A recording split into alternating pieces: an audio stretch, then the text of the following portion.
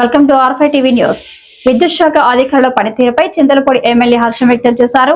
అన్ని శాఖల కన్నా చింతలపూడి నియోజకవర్గంలో విద్యుత్ శాఖ బాగా పనిచేస్తుందని, మిగిలిన అన్ని శాఖల అధికారులు విద్యుత్ శాఖ అధికారులకు పోటీపడి మరింత మంచిగా నియోజకవర్గంలో పనిచేయాలని, నిరంతరం ప్రజలకు అందుబాటులో ఉండాలని అన్నారు.